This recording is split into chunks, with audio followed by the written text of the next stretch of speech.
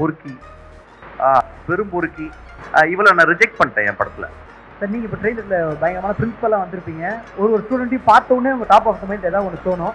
ஒரு சில ஸ்டூடெண்ட்ஸோட ஃபோட்டோ போகிறோம், உங்களுக்கு என்ன தோணுதோ நீங்கள் சொல்லலாம் sir. Top of the mind ஒரு கெட்டவரத்தில் தான் சொல்லிட்டு போகிறேன்.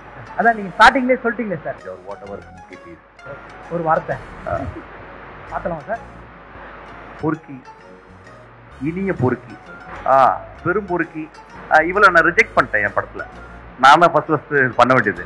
ரொம்ப அழகாக இருந்தாங்கிறதுக்காக ரிஜெக்ட் பண்ணிட்டேன். ஏன்னா எனக்கு கொஞ்சம் மிட் ரேஞ்சில் வேணும், ரொம்ப டவுன் டு எர்த்தா பக்கத்து வீட்டு பொண்ணு மாதிரி வேணும். அவன் ரொம்ப அழகாக இருந்தா, அதனால ரிஜெக்ட் பண்ணேன். சாரி டி, யூ அண்டர்ஸ்டாண்ட் மை ஆடியன்ஸ். இதெல்லாம் உன் ப்ரிப்பரேஷனா சார்? என்ன நீங்கள் ஏதாவது நான் இவ்வளோ நாள் கெட்ட வார்த்தை பேச நினைச்சிருந்தா? டேய், so kind of you sir.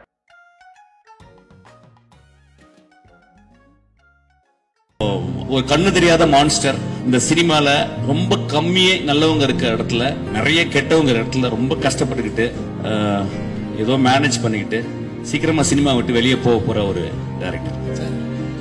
Thank you so much. இல்ல சார் சார் அந்த வார்த்தையை எங்களால் கண்டிப்பா ஏத்துக்க முடியாது.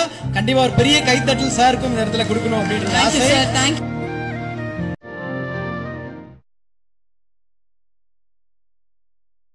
ஹீரோயின்ஸ் லவ் டுடேக்கு ஹீரோயின்ஸ் வந்து பார்க்கும்போது எல்லாருமே கூட நடிக்கிறதுக்கு தயங்கினாங்க.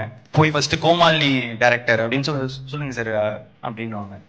சூப்பர் எக்ஸைட்டடா இருக்கு ஒர்க் பண்ண. யார் ஹீரோ அப்படின்னு கேட்டேன். நான் தான் ஹீரோ. டேட் என்ன சொன்னீங்க?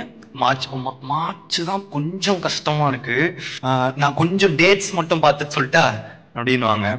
Okay okay. இன்னொரு வெரைட்டி இருக்கும், இதுல பெர்ஃபார்மன்ஸ் ரொம்ப அதிகமா இருக்கு, நான் கொஞ்சம் கம்மி பெர்ஃபார்மன்ஸ் கொஞ்சம் ஈஸியா பெர்ஃபார்ம் பண்ற மாதிரி படமா பார்த்துட்டு இருக்கேன் அப்படின்னா புதுசா இருக்கே பார்ப்பேன். ஆனா சில பேர் உண்மையா வந்து இல்ல சார் நான் கொஞ்சம் பெரிய ஹீரோட நடிக்க விரும்புறேன் அப்படின்னு சொன்னவங்களுக்கு எல்லாம் தேங்க்ஸ்.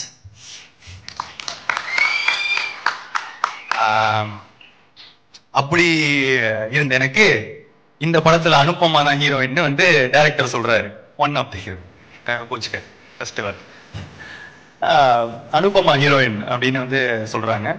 நம்ம வந்து பிரேமம் ரிலீஸ் ஆகும்போது காலேஜ் நினைச்சு பார்த்துருப்போமா அனுப்பமாவே நமக்கு ஹீரோயின்னு.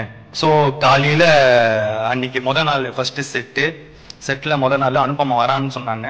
ஆளுவா புழலிந்தீரத்துன்னு பாடிட்டு வைப்ல இருந்தேன்.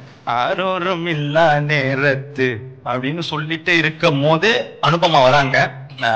பார்த்தா செம்ம கியூட்டு, சூப்பரா நடிச்சாங்க. நான் வந்து அவள் அப்படி பெர்ஃபார்மன்ஸ் அந்த மாதிரிலாம் நான் எக்ஸ்பெக்ட் பண்ணல. ஸோ தேங்க்யூ அனுப்பமா என்னோட நடிச்சதுக்கு. அதுக்கு அடுத்து கயாடு. கயது வந்து is a new talent to Tamil cinema. ஆனா இப்பவே கயாடு ஃபேன்ஸ்லாம் என்ன போட்டு அடிக்கிறாங்க. ஏன்டா பக்கத்துல போற, கயாடு பக்கத்துல போவாதா அந்த மாதிரி சொல்லிட்டு அடிக்கிறாங்க. பசங்களெல்லாம் பிடிச்சிட்டாங்க கயாடு ஆல்ரெடி. ஸோ ஒரு படம் ரிலீஸ் ஆகிறதுக்கு முன்னாடியே வந்து ஃபேன்ஸ் வர்றது வந்து ரொம்ப கஷ்டம்.